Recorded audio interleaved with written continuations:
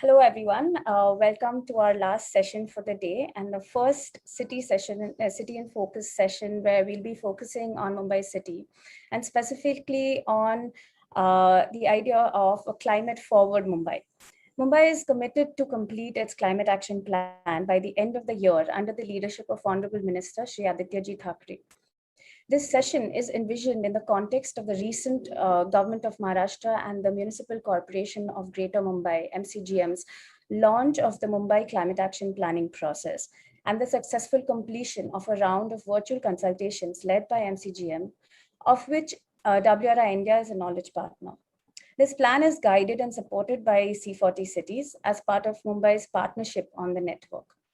The Mumbai Climate Action Plan is envisioned as a transparent and inclusive process, and the consultations and announcement of the plan was an initiation of a longer collaboration with partners and stakeholders who can actually leverage the learnings and aspirations of the plan into actionable projects on the ground.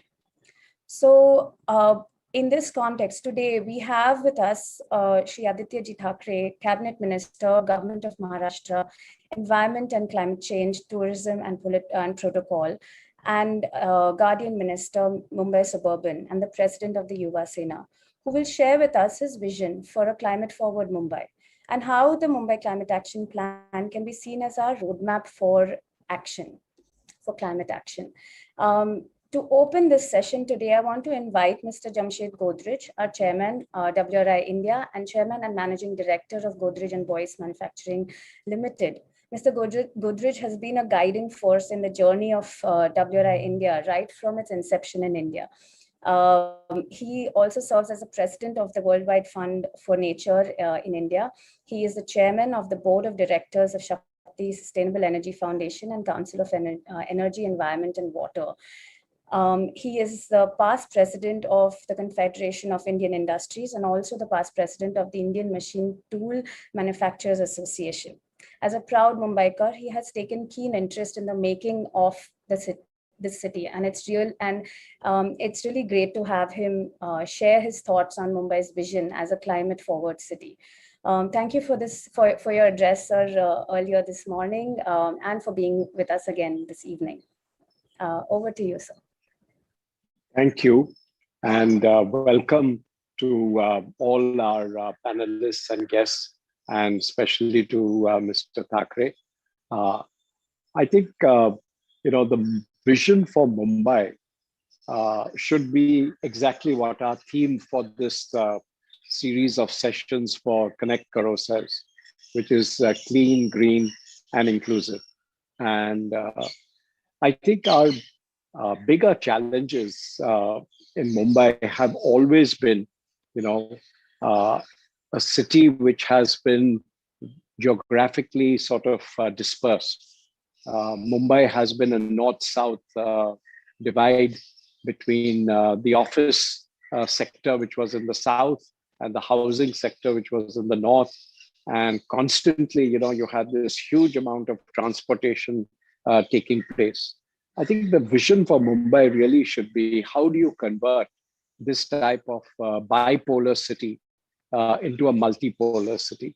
We need many mini centers which are totally inclusive in terms of where one lives, where one works, where one finds shopping, entertainment, medical facilities, etc.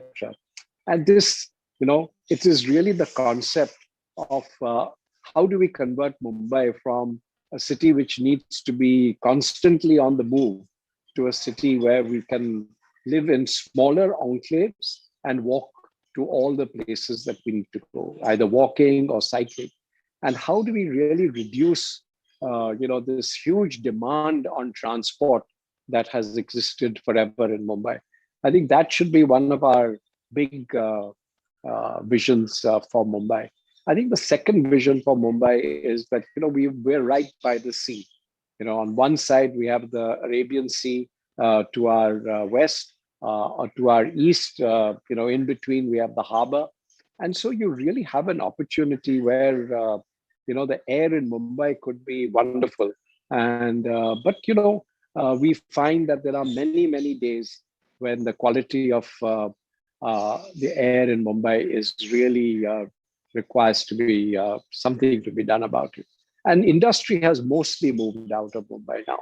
So it is really, construction, it is transport. I mean, these are the big sources of air pollution. And so my second vision for Mumbai would be, that it really needs to be clean and green.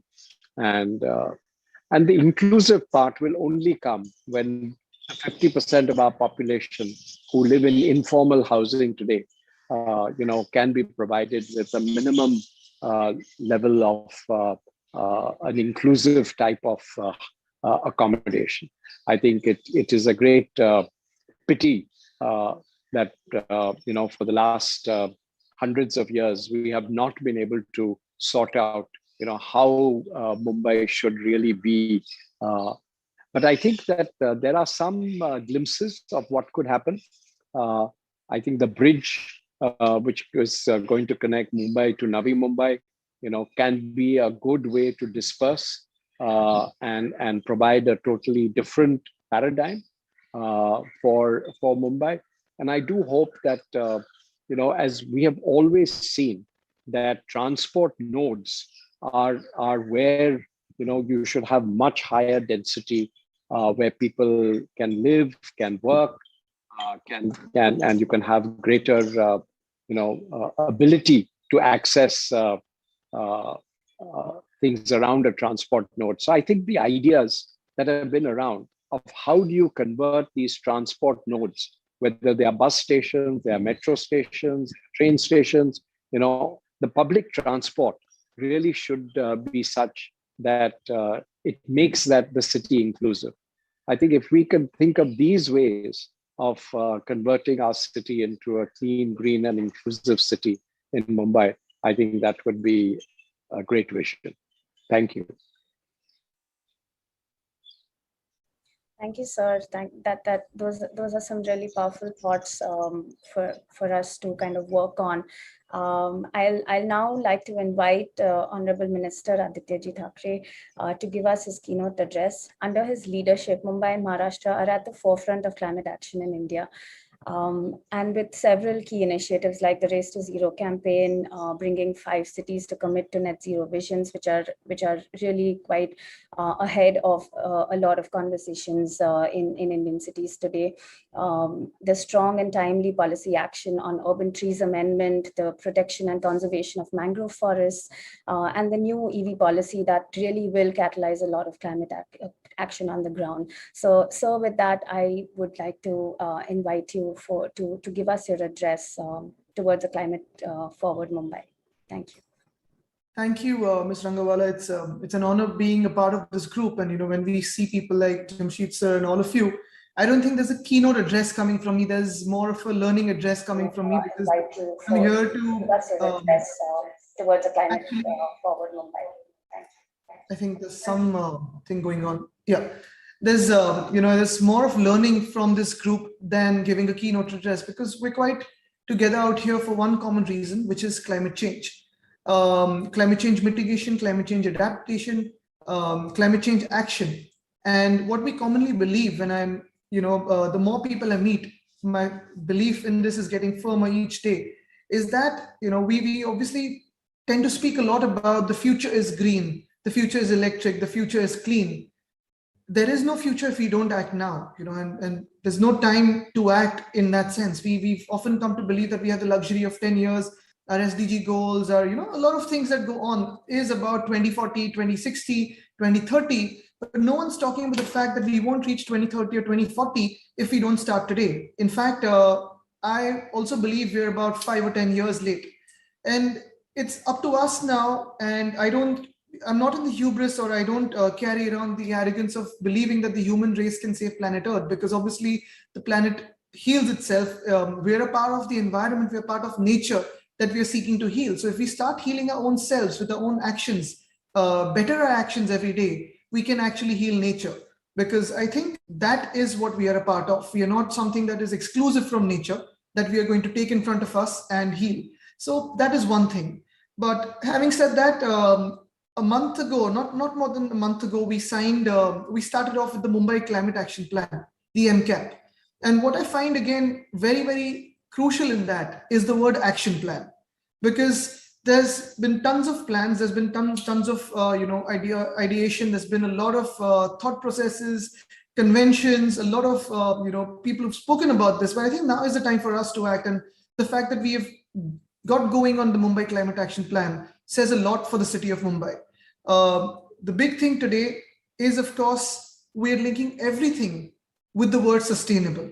I think that is very crucial for us, because if you look at even RA, when the government of Maharashtra in September 2020 declared about 808 acres of RA forest as a reserve forest in the city of Mumbai, I don't think any other government across the world has had the audacity to declare 800 acres in a city like Mumbai, which is an urban sprawl, ever-growing metropolis, to call it a forest, and we don't call it a forest only because it is full of trees, because trees are all over the place, especially in a city like Mumbai. You have trees by the roadside, in the middle of cricket grounds, playgrounds, you've got trees in also schools and colleges. But here you have an ecosystem that is thriving with the smallest of flora fauna to the biggest of them. You have the big cat like the leopard, you have the rusty spotted cat, you have spiders, to a lot of endemic species of flora and fauna which is found in RA. And that was, I think it was something for us as a duty to declare RA as a forest. But we couldn't have just stopped at that. Of course, across Maharashtra, 10 conservation reserves, 2 sanctuaries, 9,800 hectares of mangroves, and much more we're going for again. And that is one place where, I look up to Jamshed sir, because when I read about him all the time, it's about mangroves and mangrove protection, which could have easily be developed into real estate at some point back in the day when there was not much awareness about mangroves. I think it's something to learn from for our generation in terms of what do you call as development. The Chief Minister of Maharashtra, Mr. Aditya Thackeray, always says that development is essential, but the development has to be sustainable, the development has to be eco-friendly. When we're creating roads or railways or anything for that matter, we look at the first thing is how much of the commute is shortened. How fast can we go? Can we really shorten the distance between 2 cities or 2 places? That is true. And that is also, the first and foremost consideration. But when we are doing that, if we go through forests, if we destroy forests, if we destroy the natural ecosystem, it's only going to take you faster, but faster to a hospital and not to the place you actually want to reach. So that is one of the things I think we need to look at. There's tons of examples around us in terms of eco-friendly development. One of the most mind-boggling things that is happening around us is the MTHL, the Nhava Sheva link that we are creating. I've been there often. I go there almost every 2 months because I have this little passion of dabbling with infrastructure and trying and going to see what the progress is. Are there any hurdles to ease it out? And I have been seeing month after month in the season where the flamingos flock towards Mumbai, the work is going on in absolutely like a good pace, silently enough, and the flamingos are harbored around the MTHL and really just sitting calmly around it, which gives you a snapshot of what really ecosystem building or eco-friendly development could be. Having said that, the future is, of course, what we build today. Mumbai is looking at an ambitious plan with C40, with WRI, to restructure our city in terms of what we call as ease of living. Because very often when we have such conventions and Zoom calls with CII, FICCI, ASSOCHAM, and the multiplicities of all the industrial associations, we speak about ease of doing business. And that's where a country is looking forward to, looking up to. We're getting rid of multiple laws and regulations that have become redundant. But we're also one state. The government of Maharashtra is looking at ease of living. And ease of living obviously means a better city, since most of Maharashtra is getting urbanized. Defining what urbanization means, is urbanization only glass buildings and concrete roads? Or is it better planned buildings, better planned cities? Like Jamshed sir was saying, we've got a bipolar city. How do the poles really melt in our city to actually create, if not a 15-minute city, because that concept is for the cities that developed before the motorable car was brought in. But today, if we have areas like Dharavi, if we have areas like Mumbai Devi, if we have areas which are huge in chunks, like I have in my own constituency BDD, which is acres and acres of area which is going to be into redevelopment. How do we redefine those cities to be sustainable in their own small boroughs? How do we create those cities within cities to be 15-minute cities? How do we create a greenhouse gas inventory that is offset by an ecosystem that is within that area of redevelopment? And how do we look at something down the line, which is say 15 years down the line, where you have enough greenery in each and every ward or borough, as we can understand, to offset really our greenhouse gas inventory that the city has? Obviously, there's a lot of work that should happen, that is happening, along with C40, along with WRI, along with multiple other agencies, the BMC, MMRDA, all the planning agencies, be it better planning our streets, our footpaths, greening our urban spaces, creating better hubs for what we would call as oxygen banks, in terms of natural oxygen banks. All of that is going on. Of course, we're working on our sewage treatment plants. Each year, each day actually, we dispose almost 3,000 million liters of water per day into the sea untreated. With our STPs coming up in the next 5 years, Mumbai will have 2,700 million liters of water per day treated and put back into use. I think that is one of the biggest wins we could have as a city in terms of marine ecosystems. Each of our wards today is indulging in Maji Vasundhara, which is the flagship of the government of Maharashtra, which focuses on the 5 elements of nature. We're looking at, of course, transport audits. We're looking at energy audits of our own government buildings. We're looking at greenhouse gas inventories of each ward. So for example, something like rainwater percolation systems, rainwater harvesting within our own parks, gardens, schools, municipal places, government buildings, huge housing societies, that is something we're looking at. Urban forest is something we've been focusing on for the last 2 years with Miyawaki plantation. We've planted more than 200,000 trees in the city of Mumbai, looking for much more in the coming year, and not just in the forested areas of RA or the Karnala Bird Sanctuary or in MMR. Because most often what happens is when we speak about afforestation, we do that in forests. Why not in our own cities? And that's why we're trying to create urban forests in the heart of our own city. Wherever we have parks, wherever we have recreation grounds, wherever we have schools, colleges, junctions, we can create smaller urban thickets that can actually absorb the carbon emissions, and that's what we're looking at. In terms of course, electric mobility, I was just reading up on Autocar, that the famous magazine, that the Tata Group has put an article out there. I read this report where within a span of a month, more than 100 EVs have been booked on the Tata Nexon thing. Now, it's of course not fair for me to obviously endorse any particular car, because obviously all e-cars are really good. But the good part about it is each of these companies, be it Mercedes, be it Tata, be it Audi, be it whichever company that's coming out in the world, is looking at Maharashtra as a huge market, and Maharashtra as a market, and Mumbai as a market, is responding to electric mobility. We're looking at more than 1,500 charging points across the city. We're making it compulsory for all public parking lots, shopping malls, housing complexes to actually go electric, at least reserve 30% of their parking slots as electric. So when we speak of electric mobility, once again, we cannot be burning thermal power and supplying this electric fuel to our cars. So we're creating an ecosystem which is green. We're looking at the Mumbai-Nagpur highway to generate about 250 megawatts of solar energy alone from that highway itself. Now, these are some of the things and systems that we have put in place. Obviously, with this, this whole coming together of the best of the minds in terms of urban planning, passionate environmentalists, city planners, green planners, architects, visionaries in terms of WRI, C40, and the network that they've connected Mumbai to. We're really thankful for the connections, because in the past few weeks, we've connected with Los Angeles, Barcelona, Montreal, Oslo to look at what climate budgeting could be, look at what the next few years would mean for us in terms of a climate test for each of our decisions. The government of Maharashtra has sincerely and very seriously taken the IPCC report.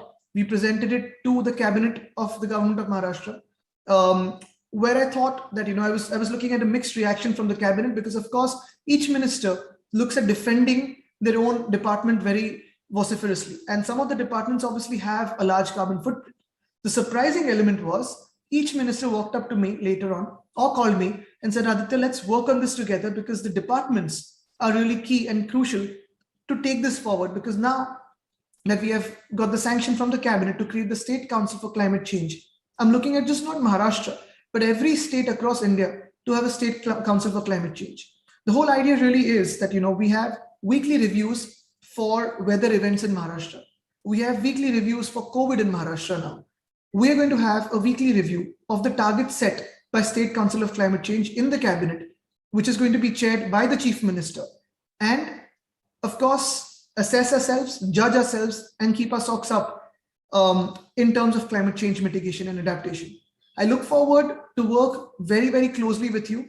There are times where governments, do good. There are times where we can fail, falter, try again.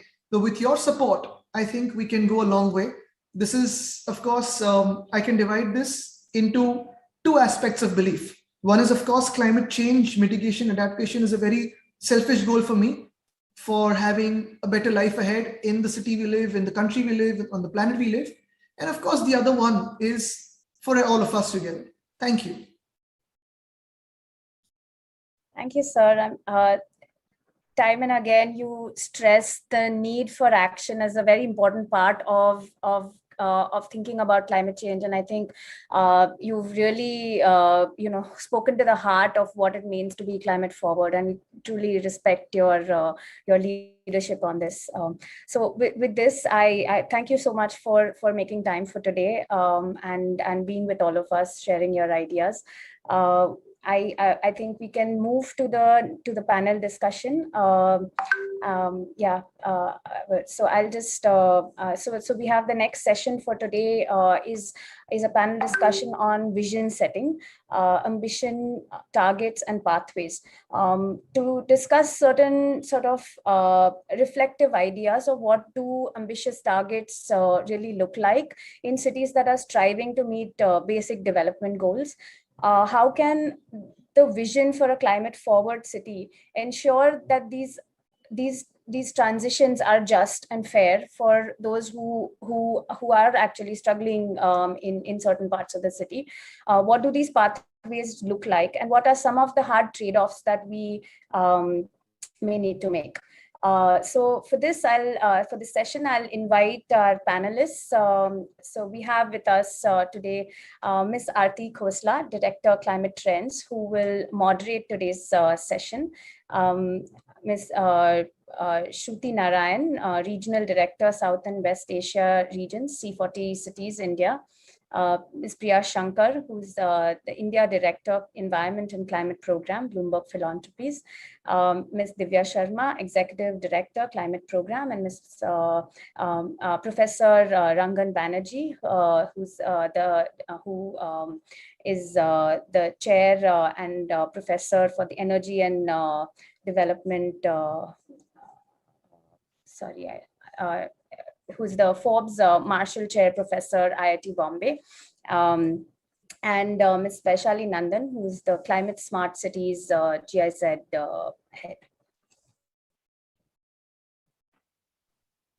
Thanks, Lubaina.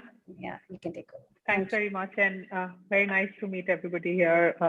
Some we've met more frequently on online panels of late, and good evening, everyone.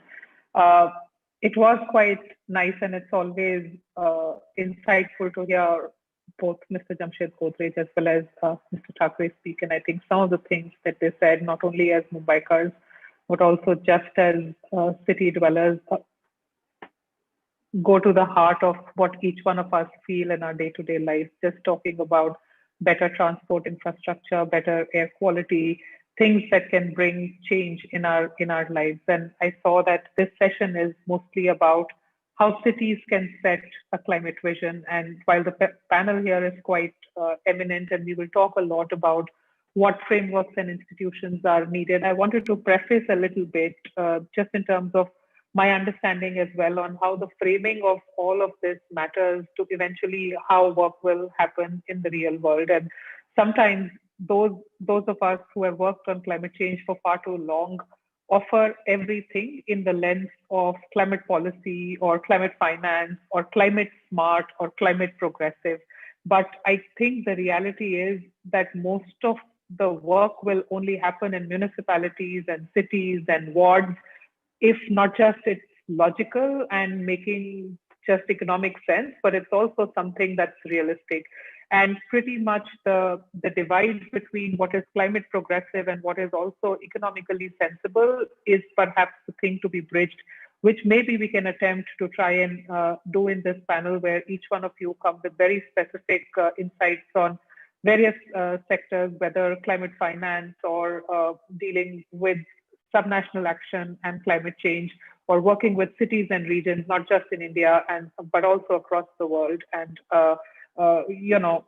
dealing also with issues not just of access, but also of adequacy and what it means. Maybe given the time that we have, what we will do is we can have some opening remarks from all of you. And based on that, we can follow up and see how we would like to go ahead and have the rest of the conversation. But at least to open up, I wanted to pose this question to all of you pretty much in the spirit that I offered my framing comment, that the science of climate change is very well understood, and fair share is the only way to act. We all have to act even more than fair share. But even then, there is quite a gap in terms of how integrated policies are not able to be implemented. Things are not moving on the ground. But there are some other examples as well of how some cities have seen both the economic as well as the climate imperative to act. And therefore, they have focused on a few aspects, whether deploying renewables or doing air pollution management or focusing on better urban mobility, just, which makes for climate action, which also makes for some other co-benefits on health, and just makes lives of day-to-day city dwellers easy. What I wanted to ask is that given that there are several and many ways to envision what climate progressive action could look like, what in your view is the way to mainstream such ideas in planning across the city? And may I also offer that, please, you can also talk about what works governance-wise, what works in terms of an Indian context where the center and state jurisdictions also matter and one should not be counterintuitive for the other. What also works in the context of technology, finance, and policy making. I'll pause, but it will be nice to hear from each one of you on what do you think are just ways of visioning a climate progressive action framework in terms of mainstreaming that idea in planning for the city. May I start? May I start with you, Shruti, if that's all right?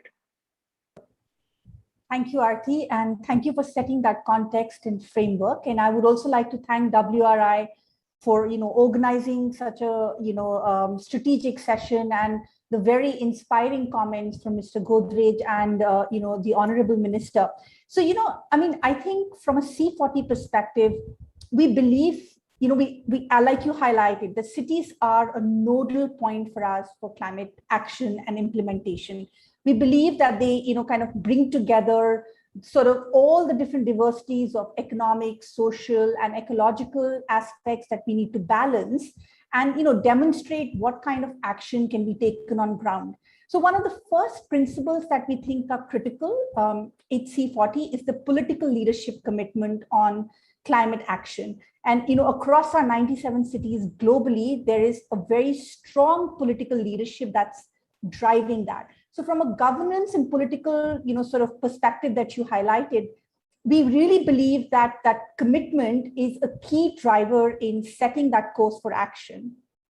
And once that course is set, the second aspect that's very critical is this whole sort of paradigm shift of thinking on how we can sort of look at our daily lives. How do we live today? And Mr. Godrej and the Honourable Minister also highlighted, and I'm sure the other panelists will cover that. But just simply how we live, how we work, how we move, it's all now changing. And I think it's important that instead of just focusing on large climate actions or policies, we also look at the smaller ones, like what are the priorities for us in a city. For example, in Mumbai, urban flooding is key. So instead of kind of becoming lost, because sometimes it can be very daunting to address everything at once, right?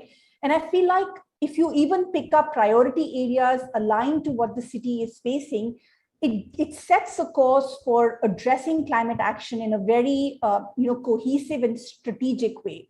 The other thing that we have seen is mainstreaming climate action and implementation through financial instruments.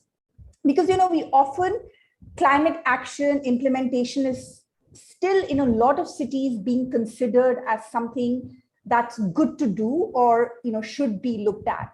But it hasn't yet mainstreamed. And I think the mainstreaming will happen once you start including that in your budgets. Like the Honourable Minister talked about a C40 initiative on, climate budget that we have started, where we are working with cities, and Mumbai is a part of that pilot, on how, whatever actions one is looking at, how can they become mainstreamed and a part of the budget? I mean, I don't need to give statistics, but we all know, and what we are facing in India and across the world, we have seen the kind of hazards that are becoming a part of our daily lives. Most of the infrastructure that the cities have across mega cities is really old. And to be able to kind of, rebuild the infrastructure is going to obviously take a lot of money and time. So, if you kind of start looking at a lens of money and financing on how you can mainstream some of these, climate actions, and what should you focus on in terms of financing, it also starts getting attention from the city.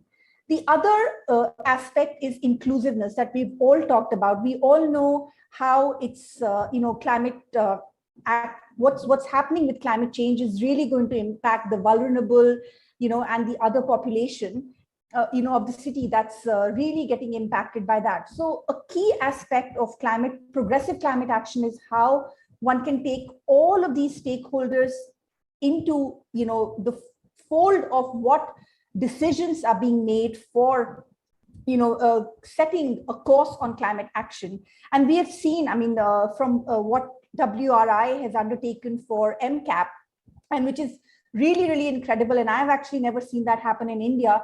The kind of, very involved public stakeholder consultation where they're inviting everybody, civil society, private sector, and other institutions and organizations to be a part of that. And that's a very important aspect to demonstrate that progressive climate action cannot happen by just the government, right? It requires an important participation by other, members of the society. And also it's important for the other members of societies to own up to climate action, right? Because on one end, we can have the government put policies in place, but if it's not going to be sort of, taken up, like you can have public transportation, but if the public is not going to use it or is not encouraged to use it through structures, it's not going to have the same impact. So that kind of inclusive action, participatory is very, very critical to have that change on the ground. And that also leads to the very fine balance of economic growth and how we are managing ecological balance, because that's critical. We need to grow as an economy. We cannot sort of disregard that, but that balance is very, very critical and can only be achieved if we bring everyone in fold. Perfect. Thanks, Shruti. Lots in there, but I also quite picked up what you said on don't get lost in big action, but do something which is useful and concrete and build it up from there. And Priya, can I invite you now to share a little bit of what your experience has been? Also, because you deal with a lot more with your global role, you will have a bird's eye view on what cities and regions across the world are up to, and especially ahead of the momentum that's picking up for the climate meetings. What's your view on mainstreaming climate progressive action into cities? Thanks, Aarti. And first of all, I'd just like to start off by thanking you for the context, thanking the WRI team for convening this, and also congratulating Minister Thackeray and Mr. Godrej for their leadership and partnership. I agree with a lot of what Shruti has said, so perhaps I won't repeat that on the institutional side, but we'll maybe look a little bit more at the sort of concrete policy side in terms of the types of actions that we're seeing cities take, and also where we feel there are multiple benefits. As we've all been witnessing through forest fires, unprecedented heat waves, flooding, droughts, and extreme weather events in many different parts of the world, climate change is no longer a future risk, but is already happening. The science is clear. As Minister Thackeray said, we need to act now. And cities are at the forefront, facing risks from flooding and rising sea levels, with many urban areas located along coastlines, as is the case in Mumbai, and also from warmer temperatures, which affect cities even more intensely because of something called the urban heat island effect, in which densely built environments concentrate heat even further. We also all know that cities contribute to climate change, with more than 70% of global carbon dioxide emissions coming from cities. And with over half of the world's population now living in cities and expected to rise to more than 2/3 by 2050, the urgency and importance of cities taking climate action is greater than ever. And bold and daring climate leadership from cities will be essential for tackling the climate crisis. And that's why at Bloomberg Philanthropies, we support city networks such as C40 and the Global Covenant of Mayors to help bring cities together to address challenges, share lessons, and provide collective leadership. And we're so delighted that Mumbai is part of these networks and working together with C40 and WRI on its climate action plan. And it's been really encouraging also to hear about the climate efforts underway in other cities in Maharashtra that the Maharashtra state government is encouraging and spearheading. In terms of concrete progressive climate action that cities can take, I'd like to highlight 6 key areas. And I recognize that cities don't always have the powers to do many things in these areas on their own, especially in the Indian context, and need to work with state and national governments to make some of these changes happen. And that sort of multi-level collaboration will be really essential. But these are areas where I think there's particularly strong opportunity for cities. The first is urban planning. By promoting compact, mixed use, and transit-oriented development, this reduces the need for car use and avoids emissions. It also improves quality of life and creates healthier cities. Like Mr. Godrej referred to the sort of multipolar city, and the concept is emerging, which Minister Thackeray also referred to, of a 15-minute city, a city in which all essential urban services are available within a 15-minute walk or bicycle ride.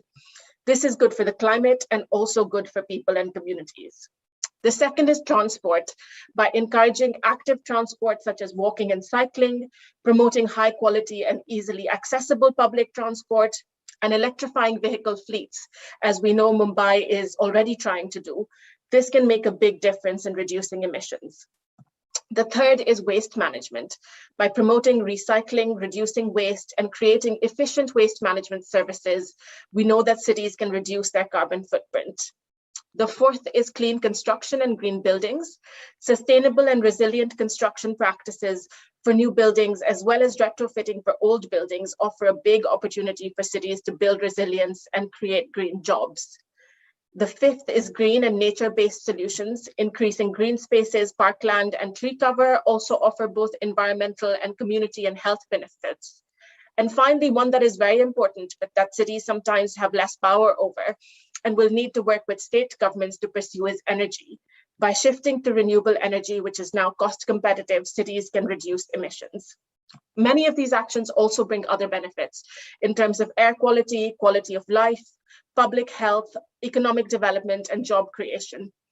And given the integrated and all-encompassing nature of the climate crisis, which can only be addressed by both multi-level and multi-stakeholder action, cities can play a unique role in initiating the collaboration required. Collaboration with their citizens and businesses, collaboration with surrounding rural areas and other cities, and collaboration with states and national governments. Thanks. Thanks, Priya. You put in everything there and lots, but basically talking about not just integrated levels of action, but also integrating the various themes under which you need to operate if you really need to see any results. Maybe I pick up energy from that one. You spoke about buildings amongst all the others. And Professor Banerjee, if can I draw you in? You've done lots of work on energy management, and given cities contribute to about 70% of emissions, roughly 1/3 would just come from the energy sector. And given that a lot of the country's focus on climate action is indeed its power sector target, how do you think that is playing across the states in India, if that's the right question to ask? Yeah, I think, thank you for that. I think the challenge, of course, in terms of moving forward, where we look at climate and we look at the future stock that we are building, we can build where we have net zero buildings and buildings which actually provide significant amount of energy into the grid. We had an initiative where we had our students participating in the solar decathlon, and they actually built a fully functional house which is completely run by solar energy. We rebuilt this house on the campus. The challenge, of course, is when you go vertical, it's a little tricky, more tricky to do this. But overall, if you look at if I just step back and try to see this kind of climate goal for Mumbai, I think the point that we need to see is today, if you look at Mumbai's energy supply mix, we have electricity, which is predominantly will have a significant proportion of thermal and some hydro. We have cooking, which is mainly CNG, and then we have transport, which is a lot is petrol and diesel. And when we think in terms of these transitions, we will be doing things in a different way, but we will also be disrupting the existing way in which we are structuring and supplying. And we need to plan this. When we think in terms of climate as a goal, Mumbai also, we need to see that Mumbai is a big hub. It's a hub of entrepreneurship. It's a hub of finance. It's a hub of entertainment. It's a hub of industry. We need to also look at how are we going to make these transitions. Climate is one goal. We should have that as a goal. We should also look at it in terms of jobs, opportunities, and the structure of the transition. So that is one point I think we should keep in mind. The second thing that we should keep in mind is we should have some overall metrics. I think I think in the C40 as well as WRI, we are looking at this, whether it is the energy, whether it is the CO2, and keep these metrics.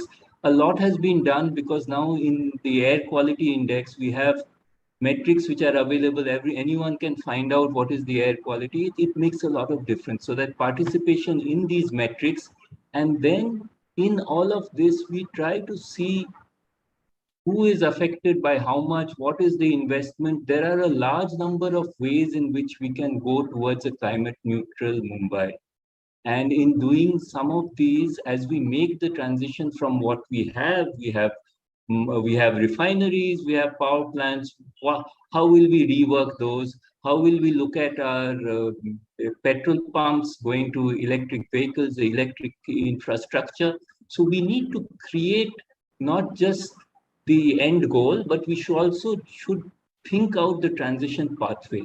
And in doing this, we should also provide this as a scope for innovation and entrepreneurship, where we look at technologies, systems, and see that Mumbai, the biggest attraction for Mumbai is because we have jobs, we have opportunities, and we provide income. And in each of this, we need to look at a systemic way of how our climate transition is going to impact the economy of the city.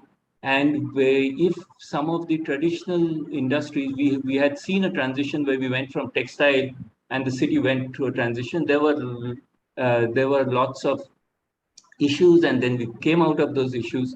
And so I think we need to plan holistically for the city. We need to plan going forward where we look at more renewables, and I'm sure solar photovoltaic could play a big role in this. We need to look at circularity of our construction, where we try to see that developers and others think in terms of reducing the load, making buildings with features where we actually, before you give a license for a building, you know what is the kilowatt hour per meter square that it's going to have. And as it goes on, you also put this on there. You put publicly information about all your infrastructure. So this is one part. The second part I would like to bring into the discussion is that one is we are trying to do things where we are low carbon, so that Mumbai is a climate responsive city. We are playing our role in the global climate issues. But we also need to safeguard ourselves and look at climate resilience. And for that, we need to look at resilience of the infrastructure. We need to find out which are the we have seen the issues which we have during the monsoons. We are having more intense rainfall. So we need to plan for the resilience of the infrastructure, and we need to also see that that gets done. And I also think we need to have funding for the transition. We need to see the impact of many of these measures on differential parts of the city. The city has different people from different economic strata. Some will be much more vulnerable to the changes. We have seen this during the COVID, and I think we should put that as part of our plan. Thank you. Thanks, Professor. I think the way you spoke about how we need a systemic way in which climate transition will impact the economy of the city, and we need to find a way to do it system-wise. That I guess that's something, Vaishali, you might have some view on, especially because GIZ has been working with a couple of cities in your project. And the last time we spoke, you had a lot to discuss on Bhubaneswar and Kochi and one other city that I forget, but those three cities in which you have worked, and I'm sure there is a lot of insight to draw on whatever has been said, just in terms of aligning what is climate smart to what makes sense for cities as well. What's your view?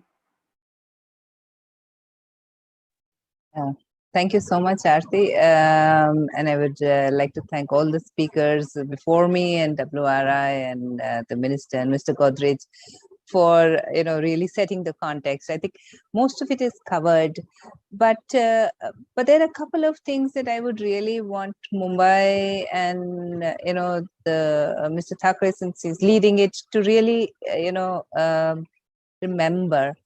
Mostly drawing from the work that we are doing with the Ministry of Housing and Urban Affairs. There's a framework that has been made, which is called the Climate Smart Cities Assessment Framework, which is a very good guidance tool, if you really ask me. The only thing that's missing in that is the industry. And it covers energy, green building, urban planning, green cover, biodiversity, mobility, air quality, water as a resource. So, all three sides: water, wastewater, stormwater management, and solid waste, or waste as such. So if you really look at it, it also gives you a progressive direction, where you should reach. So it's a good framework to start with. And since Mumbai is in the situation where you are planning things, I think it's well worth to have a look at it and look at the steps that you would really need to follow, so that you can reach a certain position. The industry is missing there, and strategically, I think it was kept out as missing. But since Mumbai and Maharashtra, and of course the ministers there's this EPICS committee that you have formed. It's one part that you cannot leave out, and it should not be left out as well. So this is something that you really need to have. The stakeholders, of course, need to be in. And the stakeholders, you have this at the state level. However, a city level stakeholder is sometimes different from a state level stakeholder. And in the city, you would also have schools, you would also have educational institutions, and somehow, I've still not heard in the discourse the academia. Academia, is something, can be very strong. To be used as sounding boards to really, help you design and take various things forward.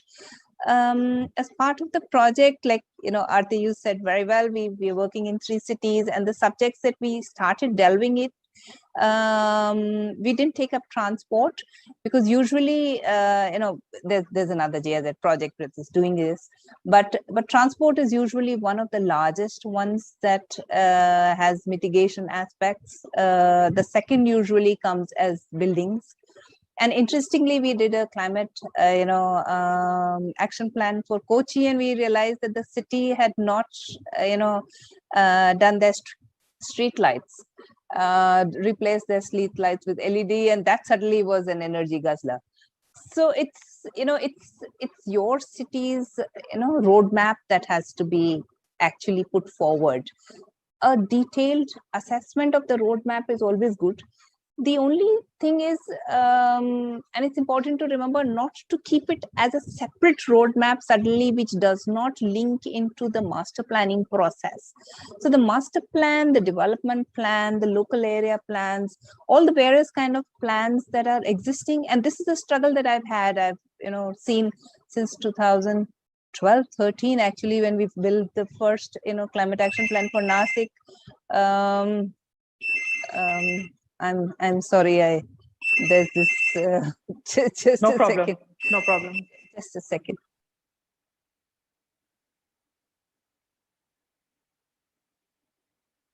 Okay, good. So this, it's important to integrate the master planning process vis-a-vis the climate action plan. And if this is not done, then it's somewhere it's really missing the point, let's say. The second aspect is, remember to put mitigation and adaptation together on the same plane. Most of the times, because mitigation are easy, low-hanging fruits, we tend to, when we look at the climate action plan, tend towards mitigation, forget the adaptation processes, or look at adaptation only and forget the mitigation. It's important to look at it both together as something that, impinge into each other. A simple example is a blue area in a city, lakes disappearing, which could have, impacts on built up. It's because the buildup is encroaching on certain areas, your lakes are disappearing. However, there are also these stormwater management, issues that are really coming up, and they're coming up only because your buildup is happening. So we are working in Bhubaneswar in stormwater management, in one city in green buildings, in another in urban green cover. But if you really ask me, they're all together, and one without the other, you cannot really look away. So it has to be seen together as one system, where you then decide which is the priority for your city, and you take that up forward. The last, I would say, use some innovative technologies or innovative methods. And one very innovative method that we have experimented with is urban design thinking methodology, something that the industrialists really use.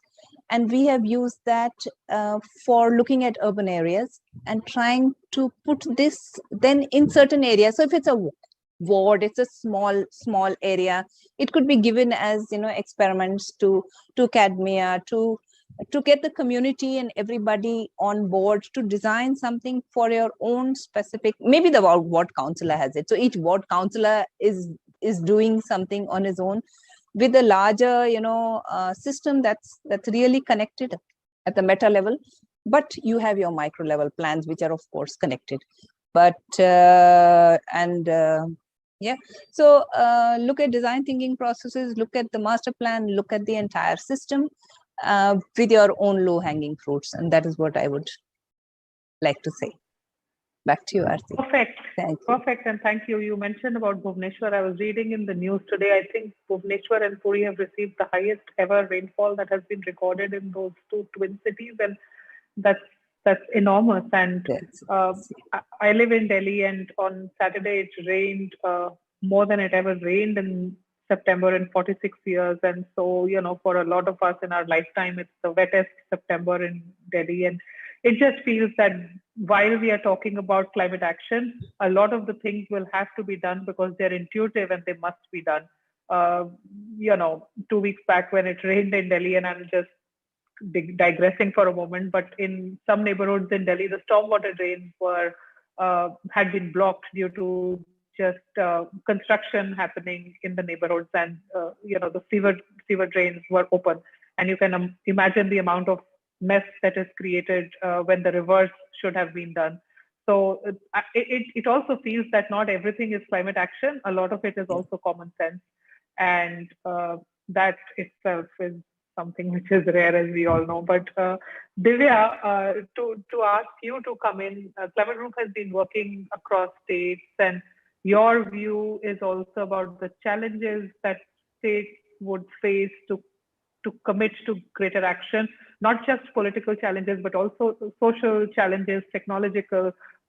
How do they play with each other, and what is the connection between talking about climate change to a state and talking about it in a way that is mainstreamed to their thinking? Thank you, Aarti, and thanks WRI for having me here. It's a delight to be part of this esteemed panel. Aarti, I would like to frame my response in the context of my experience working with cities as well as state governments in India, and I hope some of the questions that you've raised to me today would be answered. So in my experience, progressive action on climate change in cities was driven or at least initiated by international initiatives in India. I would like to mention two out of many others: Asian Cities Climate Change Resilience Network and also 100 Resilient Cities program that could stimulate quite an attention and left behind a legacy of information and capacity in Indian cities, as well as community of practitioners who have been ably taking it forward. GIZ, for example, was amongst the first to initiate learning modules on cities and climate change quite early on. These initiatives and several others, such as work that WRI does, C40, ICLEI, TERI, have been doing in cities in India, have been instrumental in pushing the agenda of climate action, while also working very closely with government counterparts and other important stakeholders at all levels. And some of the speakers talked about some of these important stakeholders apart from government. So I would leave it there. Having said that, what we still need at the moment is internally driven actions and policies and associated institutional strengthening from within Indian government, targeting specifically climate action in urban areas. At a broader level, a rethinking of enablers to climate action, rebuilding policies, breaking silos at an institutional level is still needed. Vertical and horizontal integration across various government actors is also called for. So here I bring in, state and city government dynamics. For example, looking at state and cities' relationship vis-a-vis climate action. While urban development is a state subject, climate action hardly falls in the mandates of city governments. And many Indian cities have been taking progressive steps in spite. One needs to look at what drives that leadership and how can cities sustain that momentum. Also, while mandates creation at the level of the ULBs may not be a bigger problem, but mainstreaming climate action has been seen with difficulty, particularly because mandates have to be substantiated or fueled by corresponding development regulations, action planning, and budgeting for the actions proposed. So financing climate action in cities is an important part of the puzzle. Now coming to centrally driven flagship schemes of Government of India, like JNNURM later at that time, and also smart cities now. They have been introduced with all good intention to bring in efficient and sustainable economic development. More often than not, environment concerns and climate change actions have been superimposed over these schemes or appear as part of the reforms agenda, so to say. While the implementation of these schemes has been city government's mandates, the role definition of new institutions that were created to mobilize these schemes vis-a-vis existing institutional setup were not made clear, or at least were blurred in case of many cities in India. I bring in smart cities because several of them had climate action as part of their winning smart cities plan. However, on ground, most of these plans turned out to be infrastructure creation plans, an agenda that had little impact on green transition and climate mitigation to the scale at which it could make a difference. Also, extremely important role of development authorities and town and country planning organization guidelines such as the URDPFI guidelines have not been realized. Neither have these institutions been built or strengthened to be futuristic in their approach. As a welcome step, however, and Vaishali talked about it, the Climate Smart Initiative of Ministry of Housing Affairs which was designed and led by GIZ, is something that has great potential, I would agree, to stimulate almost everything that is needed by the cities to take action and also build climate resilience. We at Climate Group are looking at accelerated climate action through our Under 2 coalition, which is a coalition of 260 subnational governments across the world, supporting subnational governments in taking up ambitious targets toward climate action.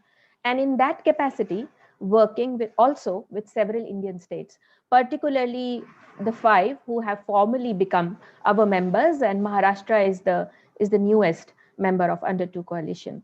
Also recognizing the role industries and businesses can play, and Vaishali was talking about it, in energy transition. Our other 4 campaigns target corporate actions around renewable energy, energy productivity, electric vehicles, and Steel Zero. So I think these are some of the points that I would like to bring to the table amongst several others that our panelists have spoken about. Thanks, Divya. And there were many points there, but again, if I have to pick one or two, the point that you made about smart cities, I mean, the fact that it has been so well advertised, it's the mission mode for the government, but maybe, it just speaks somewhere on the power dynamics of the center and the state. Climate problems and solutions are quite local in nature, and smart cities by nature itself is quite centralized. And how do you even bring those two together? I see that we have 15 minutes more, but given that we can take another 10 or 12 minutes to have a conversation, maybe I will not call upon each one of you, but I will just try and take out what you all said, or maybe what I thought we could discuss more. And then each one of you is free to come in and take the mic and share your insights on that. And one, I was thinking, there was a reference somewhere on, Professor, you said about net zero, and globally, those of us who are working on climate change, it's the buzzword of the year. And, maybe in future we will have true zero, which will be different, but today we have net zero. And might be good to hear from all of you on what this means in the context of Indian cities. Is it realistic? Does it work for cities which are already meeting significant development challenges? That's one question. Priya, would definitely like to hear from you a bit with, again, your perspective, but others as well, welcome. And I also wanted to talk about the second thing on, in India, there is a very heated discussion on energy transition and on just transition. And again, this seems to be more like a phrase at the moment. And apologies if it is not, but the point is that, the existing regime is not just and equitable. So how do we imagine that the future will suddenly be both clean as well as just? So where does just transition fit? And last, just Divya, the point which you made on silos, and the question is that a possibility that a different institutional framework could work where climate is not a climate imperative, but an economic imperative? And is that better to drive action? I'll pause, but just to quickly recap, one on net zero, second on just transition, and third on whether a single different new framework can be created for Indian cities, which talks about climate as an economic imperative. But anybody feel free to pick in whichever order as well. So Arti, I'm happy to come in on the economic imperative, just to start the conversation, because I think if you look at the theme through all the panelists and, what I think what the dialogue around climate action is now pivoting is on sort of economics, and I think it just depends on how we look at it. But the fact that we, like, cities end up spending so much money actually on, adaptation. So like kind of just, for example, if you take Mumbai on urban flooding, right? The amount Mumbai allocates every year maybe to address that. And now Delhi, I live in Delhi as well. And, we've seen what, we faced in the last couple of days. I mean, that's economics. It's pure economics, right? So if that money is allocated to adaptation efforts beforehand to build resilience and start mainstreaming climate action. So I think that whole paradigm shift needs to happen, where it's not climate action, it's kind of a part of every department on master planning, different guidelines, etc. So we need to kind of start looking at the whole pivoting of climate action and implementation on economics and bringing that to the government, and also structuring policies that impacts, the state, like people on ground, right? Are there incentives that we can give them on public transportation, etc.? So if you kind of, and even industries, right? There are mechanisms on carbon trading, green bonds, etc. So I think that the economic imperative on for climate action has to be the new way of looking at it, to mainstream it, and for all stakeholders actually to really accept that as the new norm.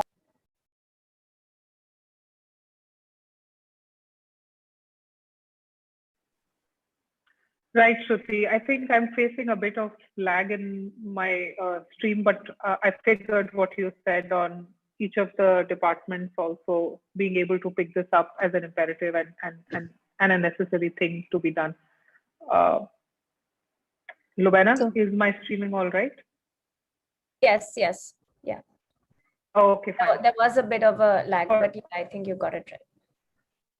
So maybe I can come in next. I hope I'm audible. Yes. Okay, great.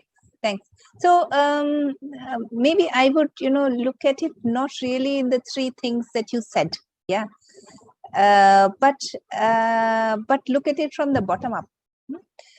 If we wanted to go towards a net zero, yeah, or in the Indian context, if we forgot the different paradigms that exist, and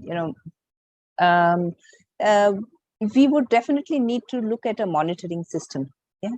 So if your goal was very, very clear, that you wanted to make Mumbai a net zero city, you would really need to work yourself backwards, which means that every action or every section would need to have a certain kind of a path set out with low hanging fruits, with long-term strategies, with doable systems set around. And that system would really need to be followed. So looking really then at an MRV system, or a monitoring, verification, and a reporting mechanism, which would then actually help each of those targets to really be met. MRV classically is looked at from the mitigation perspective, but I would also say that equally the adaptation target should also be really met, because like Shruti put it very correctly, it's the financial loss that we don't really see and we don't really fathom. And if that was just put very, very clearly just to each ward councillor, yeah, the amount of money that is really lost in trying to do that adaptation exercise, looking at the flood that happens in your colony, you would rather spend it so much more productively in doing rejuvenation, or a mitigation, or a step before, rather than waste it. So it's like a wasted resource, even on the roads, the tarmac that's done. Yeah, it's like a real wasted resource. So if we just did that economics of it, we would really be able to figure out, how best to take that. And that's really what the city does. Yeah, is the real everyday action that they really need to look at, cost it, put it on a mitigation adaptation side, and just say this is the action that we really need to do, and stick to it, not change with every bureaucracy or with every leadership that comes along. Back to you. Right, and fair enough.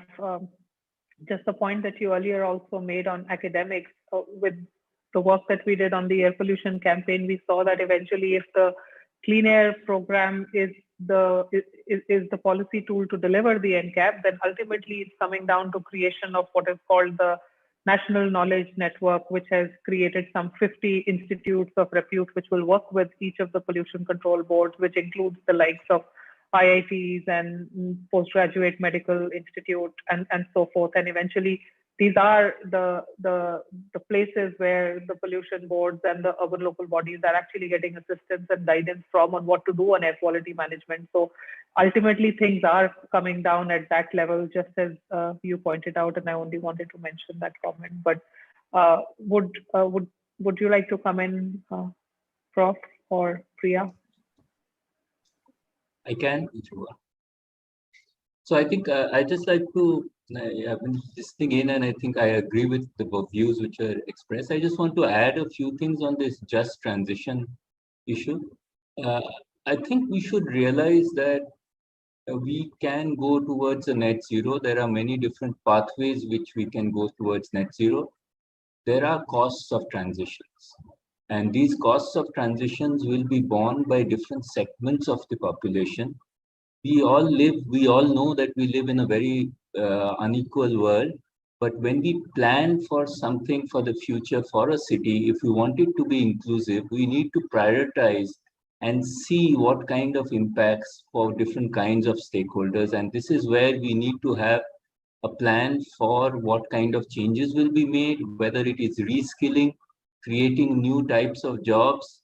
If we go from, let's say, you're looking at the automobile sector going from the IC engine to electric vehicles, what about the different kinds of vendors and the different kinds of support? Will they be retrained? And we should not just leave it for people to sort of figure out and then suffer it as so this is one thing. And second, same thing would happen in terms of resilience.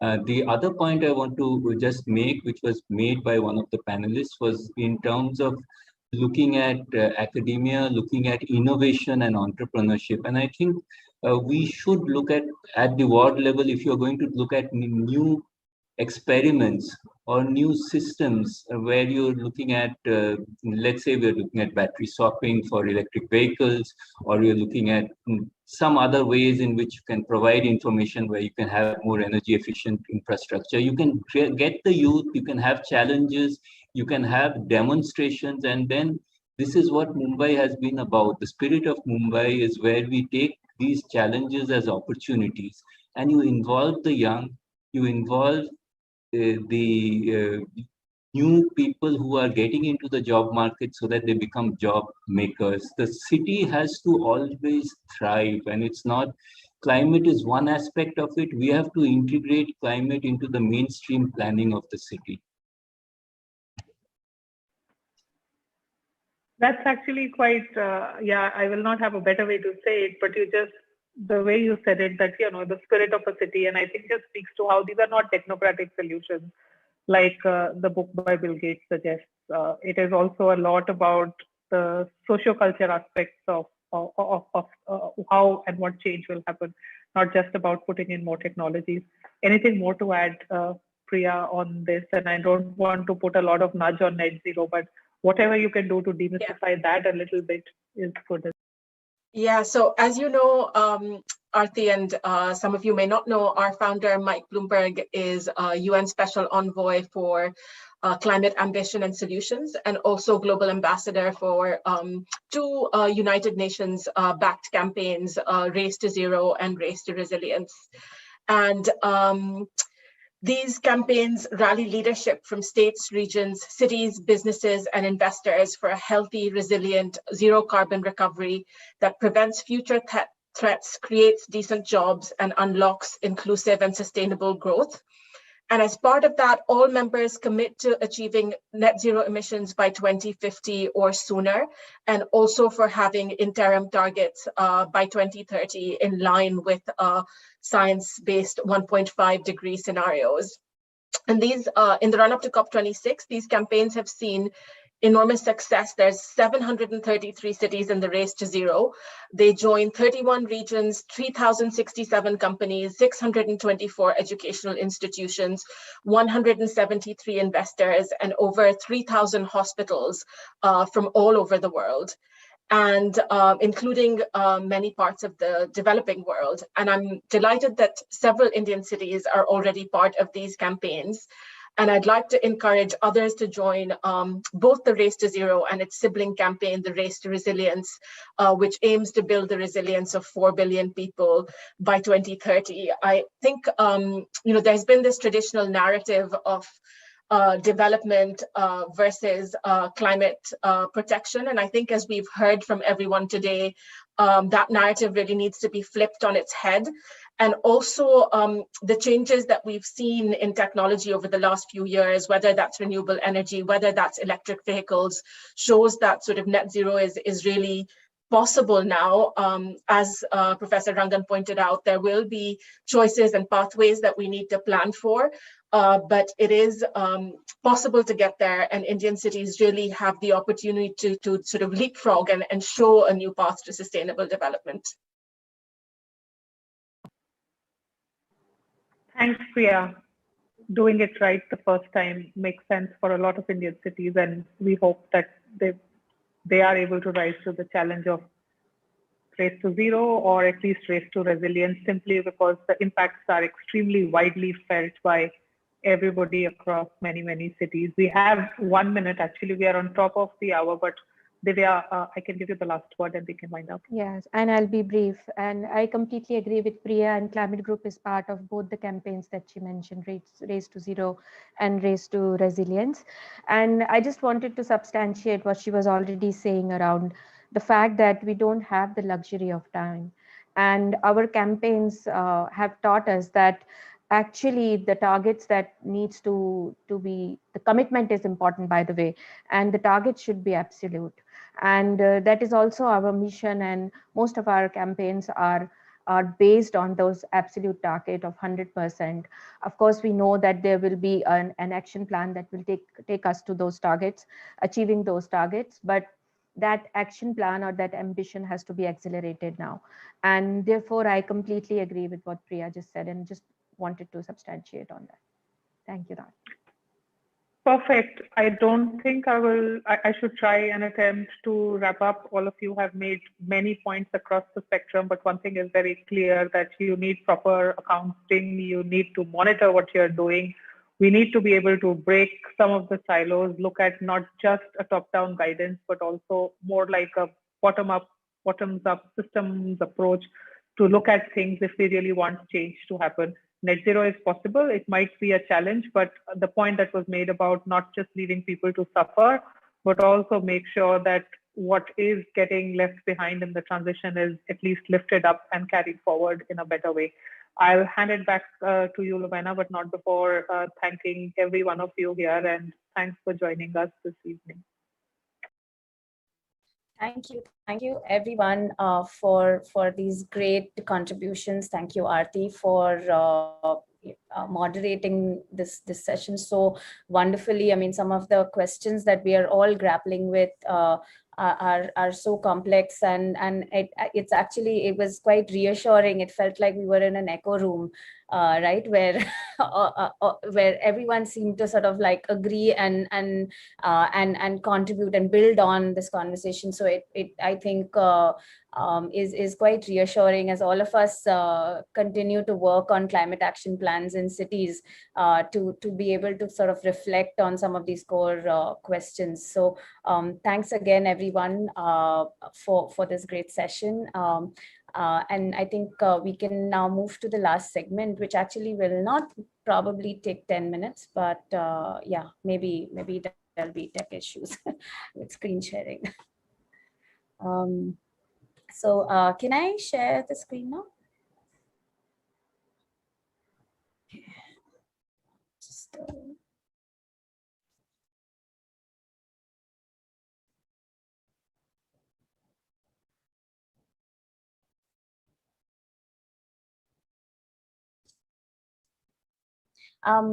so I'm going to be on the platform. I hope there's no echo. Just let me know. Okay. Yeah, so this is the Mumbai booth, and you know, since this is the first City in Focus session, I'd like to just share with all of you. This is our platform, our virtual platform, where this is where you basically go at the tab Explore Our Work, where you'd see, I just click on this. You'll see all these booths, their programmatic initiatives and our cities, the cities that we work in. Today I want to just share our Mumbai work. This is kind of an exhibition booth where you can go and look at our resources. So we have the summary of the climate action plan, a brief kind of summary note, a concept note, and then there is our work on streets and accessibility in Mumbai, some presentations and blogs from some of our work, some you'll see some videos as well. So this is where you can kind of go spend some time on looking at some of our work on the ground. This video is essentially the launch event video, the event that I was sharing about in the onset of the session. This was this event was held by the Municipal Corporation of Greater Mumbai and spearheaded by the Honourable Minister. So please go have a look and look at the event. Here are leaders in Mumbai. And here on the left, if you click, this takes you to the Mumbai Climate Action Plan website. So I highly encourage you to look at our website, read some of our articles and all of the consultations with respect to the Climate Action Plan. In the last week, we had these 6 consultations, sectoral consultations. So all of those videos are actually now housed on the NCAP website, so you could go there and stream those videos, look at the recording, and a lot of the conversation actually kind of resonates some of the challenges on just transitions, bringing in community-based organizations, academics, researchers in the space, but also solution providers, people who are actually working on small and large ways to kind of address this climate transition that Mumbai is focusing on. Yeah, I think with this, I think we can close. Madhav, do you want to say a few words? Or? No, just want to thank all of our speakers, and I think and we can close our day 1 with this. Please, we've made an attempt to really put all our resources online so that they're available for everyone to use and share. So please browse through them, see what is useful. Please let us know if you identify opportunities for collaboration. And really, I mean, that is the role we like Connect KARO to play. So let's use it as an opportunity to connect and work more together. So thank you.